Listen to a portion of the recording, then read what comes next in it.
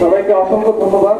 আসলে এই যে আমরা আসলাম শহীদের স্মরণে মোমবাতি প্রজ্বলন করলাম, দাঁড়িয়ে থাকলাম, ছবি তুললাম, আমাদের এই আয়োজনটা শেষ না হয় স্বাধীনতা অন্যায়কে প্রতিরোধ হবে সেই যে ইতিহাস, সেই গল্প যাতে নতুন প্রজন্ম কখনো ভুলে না যায়, আমরাও যাতে ভুলে না যাই।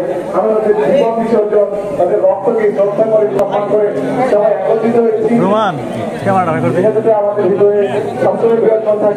সামনে যাই